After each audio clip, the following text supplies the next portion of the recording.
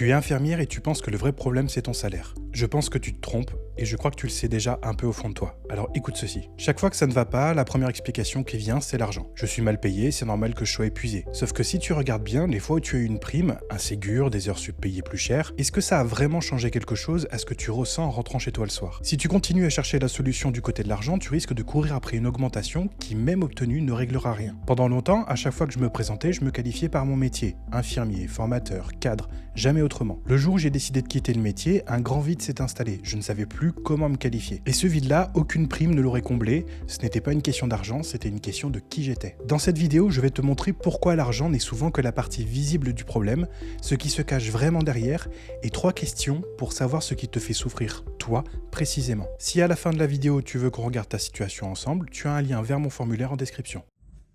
Ce n'est pas l'argent qui te manque le plus, c'est autre chose que l'argent ne peut pas acheter. Par exemple, un radiateur qui ne chauffe pas parce qu'il est vide d'eau ne se répare pas en le repeignant. Tu peux repeindre ton salaire autant que tu veux avec des primes, si le vrai vide est ailleurs, la chaleur ne reviendra pas. Chaque fois que ça ne va pas, les premières explications qui viennent, c'est l'argent.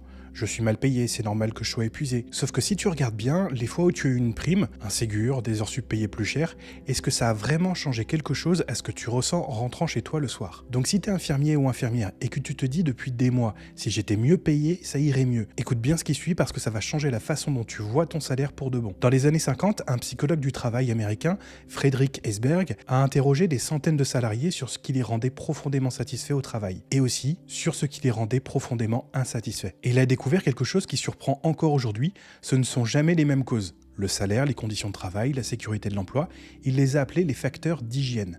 Quand ils manquent, ils créent de l'insatisfaction, c'est vrai. Mais quand tu les augmentes, ils ne créent jamais de satisfaction durable. Ils ramènent juste à zéro le temps de s'habituer à un nouveau chiffre sur la fiche de paie. En face, il y a des facteurs de motivation. La reconnaissance, le sens, l'autonomie, le sentiment d'accomplissement. Ce sont eux et eux seuls qui créent une vraie satisfaction qui dure. Concrètement pour toi, ça veut dire ça. Ton salaire est un facteur d'hygiène. Il peut te rendre malheureux s'il est trop bas. Mais il ne peut pas à lui seul te rendre heureux, même s'il augmente. C'est pour ça que le Ségur a existé, que des primes ont été votées, que le salaire moyen d'un infirmier en France tourne aujourd'hui autour de 2300 € net par mois. Et que pour beaucoup d'entre nous, rien n'a vraiment changé à la fatigue de fond. Ce n'est pas que ces revalorisations n'ont servi à rien, c'est qu'elles ont soigné le mauvais facteur. Et voilà la plus grande information de cette vidéo dès maintenant. Si tu cherches la solution à ta souffrance du côté de ton salaire, tu cherches dans la bonne pièce, mais dans le mauvais tiroir. Mais alors si ce n'est pas une théorie abstraite, comment ça se manifeste concrètement dans ta vie à toi? Il y a un deuxième mécanisme complémentaire à celui de Herzberg qui explique pourquoi même une vraie augmentation s'essouffle aussi vite. Les chercheurs l'appellent l'adaptation hédonique. Le cerveau humain s'habitue à peu près à tout, en quelques semaines ou en quelques mois, y compris à un nouveau salaire. La première fiche de paie plus élevée fait plaisir. La 10e, tu ne la regardes même plus. Ton niveau de vie s'ajuste, tes dépenses s'ajustent et ton ressenti général revienne exactement là où il était avant. Sauf que entre-temps, rien n'a changé dans ta charge de travail, dans ton manque de reconnaissance ou dans ton sentiment de ne plus être vu pour ce que tu fais. C'est exactement ce qui s'est passé à l'échelle du métier avec le Ségur de la santé. Des revalorisations réelles, chiffrées, votées, et pourtant la lassitude de fond n'a pas disparu chez la majorité des infirmiers. Pourquoi ? Parce que le Ségur a touché un facteur d'hygiène, le salaire, sans toucher les facteurs de motivation. La reconnaissance du travail réel, l'autonomie dans les décisions, le sentiment d'accomplissement au quotidien. On a repeint un mur fissuré sans jamais s'attaquer à la fissure. Et toi-même, si tu regardes en arrière, est-ce que la dernière fois que ta fiche de paie a augmenté, prime, heure sup ou avancement d'un échelon, ce changement a duré plus de quelques semaines dans ta tête? Pour l'immense majorité des gens, la réponse est non. Et ce n'est pas parce que tu es quelqu'un d'ingrat ou de jamais satisfait, c'est parce que ton cerveau fonctionne exactement comme celui de tout le monde. Alors si ni le salaire ni son augmentation ne peuvent vraiment te faire du bien durablement, qu'est-ce qui concrètement te ferait du bien? 92,6% des soignants déclarent aujourd'hui que leur travail n'est pas suffisamment reconnu ni valorisé. Regarde bien ce chiffre, il ne parle pas d'argent, il parle de regard, de reconnaissance, de la sensation d'être vu ou pas pour ce que tu apportes vraiment. Et c'est là que les deux problèmes se mélangent dans ta tête, sans que tu t'en rendes compte, parce que dans notre société, l'argent est souvent le seul langage qu'on utilise pour dire « je te reconnais ». Une prime, une augmentation, un bonus, ce sont des mots de reconnaissance déguisés en chiffres. Alors quand tu ne te sens pas reconnu, tu réclames naturellement plus d'argent parce que c'est le seul vocabulaire de reconnaissance qu'on t'a jamais appris à utiliser. Le souci, c'est que l'argent est un très mauvais traducteur de reconnaissance.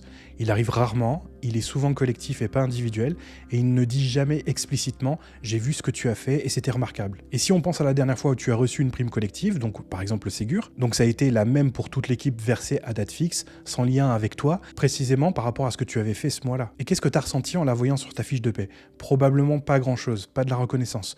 Plutôt l'impression d'être dilué dans la masse, un chiffre parmi tant d'autres. Et peut-être que ce que tu voulais entendre, ce n'était pas voilà 100 € ou 120 €, mais plutôt c'était on a vu ce que tu as fait et ça compte. Ces deux phrases-là n'ont rien à voir. Et pourtant dans la vraie vie, on ne te propose presque jamais que la première. Alors comment tu fais concrètement pour savoir si ce que tu vis toi, ça ressemble à ça? Et voici l'exercice le plus simple et le plus honnête que je connaisse pour trancher.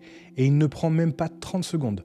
Ferme les yeux ou pas et imagine ceci très précisément. Demain matin, ton salaire double. Pas une prime ponctuelle, un doublement permanent sur ta fiche de paie à partir du mois prochain. Rien d'autre ne change, même service, même équipe, même planning, même hiérarchie, même conditions. Maintenant, réponds-toi honnêtement à une seule question. Est-ce que tu resterais dans ces conditions identiques sans aucune hésitation pour les 10 prochaines années? Si ta réponse est un oui simple et immédiat, sans arrière-pensée, alors peut-être que dans ton cas précis, l'argent joue vraiment un rôle central et ce n'est pas grave, ça arrive, ta situation financière peut être objectivement plus tendue que la moyenne. Mais si ta réponse ressemble à oui, mais je serai quand même épuisé, mais je me sentirai quand même transparent, mais je penserai quand même à partir certains matins, alors tu viens d'obtenir ta réponse en quelques secondes sans avoir besoin d'un test en plusieurs questions. Ce n'est pas ton salaire le vrai problème, c'est autre chose qui continuerait à te peser même avec le double sur ta fiche de paie. Cette expérience de pensée n'est pas un gadget, c'est exactement la méthode qu'utilisent les chercheurs pour isoler un facteur d'hygiène d'un facteur de motivation. On neutralise artificiellement le facteur qu'on soupçonne et on regarde ce qui reste. Si la douleur reste malgré l'argent en plus, l'argent n'était pas la cause, il n'était que le symptôme le plus facile à pointer du doigt. Et tout ça, ça change absolument tout.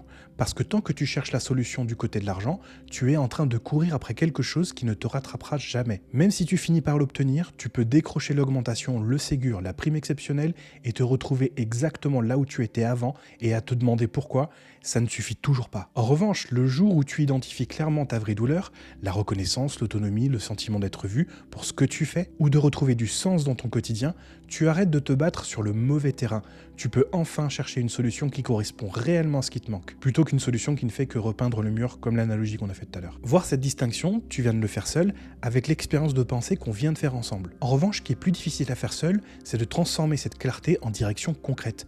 Construire quelque chose qui te redonne enfin ce sentiment de reconnaissance et d'autonomie que ton salaire ne pourra jamais t'apporter à lui seul. Et si ça t'intéresse, c'est exactement ce qu'on construit ensemble dans l'accompagnement de 6 semaines. Pas courir après un chiffre de plus sur ta fiche de paie, mais construire une activité qui te rend enfin ce que tu cherches vraiment. Et si cette vidéo vient de nommer quelque chose que tu ressentais depuis longtemps sans avoir à le dire, laisse un petit commentaire ou un pouce bleu, ça va aider d'autres infirmiers à tomber dessus au bon moment et arrêter eux aussi de chercher au mauvais endroit. Si ce n'est pas ton salaire le vrai problème, la question qui reste, c'est comment on fait le deuil de qui tu étais pour laisser la place à ce que tu vaux vraiment.